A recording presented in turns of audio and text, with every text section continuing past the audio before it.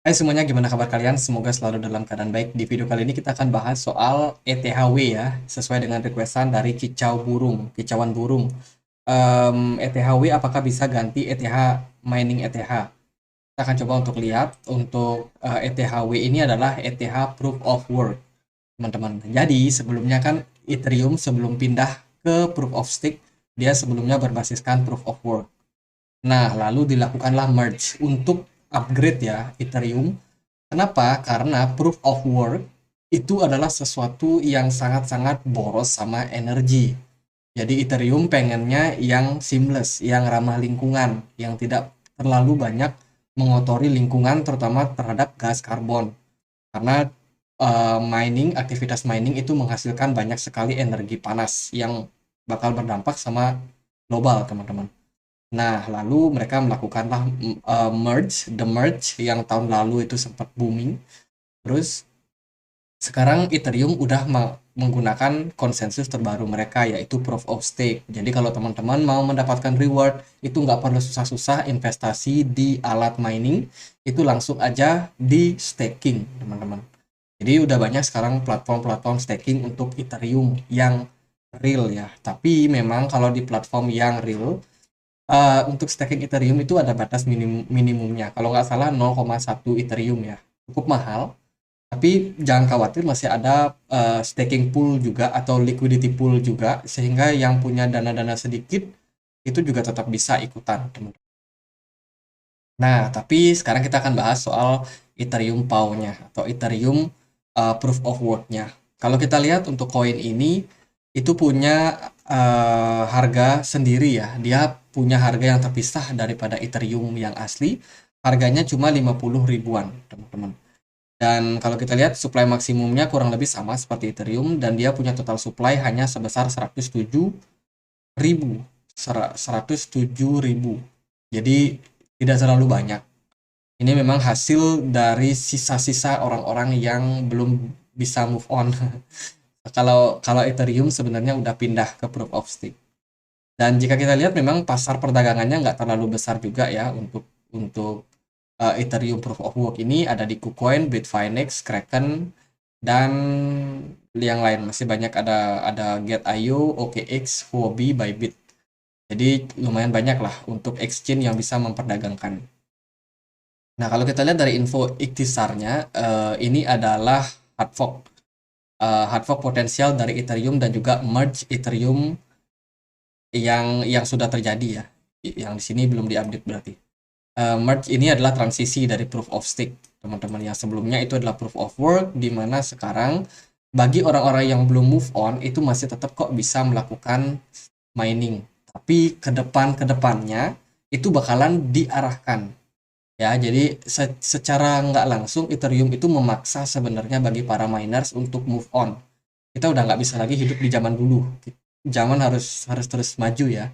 Jadi makanya kemarin banyak orang yang akhirnya ada yang pensiun dari mining mining Ethereum, ada yang pindah ke koin lain. Jadi memang mereka harus mengambil keputusan seperti itu, teman-teman. Jadi dari pihak Ethereum sendiri mereka nggak pengen terus berlarut-larut dalam kondisi yang seperti dulu, di mana Ethereum harus di mining sementara Ethereum itu makin lama makin banyak yang pakai, teman-teman. Tentunya orang-orang yang menggunakan ini juga tetap concern sama yang namanya lingkungan. Jadi mereka nggak mau dengan bertahannya Ethereum di proof of work itu bakal menghambat ekspansi mereka, menghambat adopsi mereka. Jadi itu adalah keputusan yang diambil oleh konsensus dari Ethereum sendiri.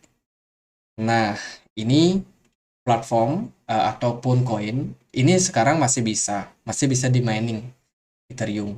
Tapi kedepannya teman-teman bakalan secara apa ya namanya, secara tidak langsung atau secara tidak dipaksa, tapi akan dipaksa untuk berpindah, teman-teman. Mungkin dari reward staking Ethereum-nya yang berkurang, ya karena bakalan dibatasi tuh supply yang beredar buat Ethereum. Tentunya bahkan makin sulit untuk para miners untuk dapetin Ethereum.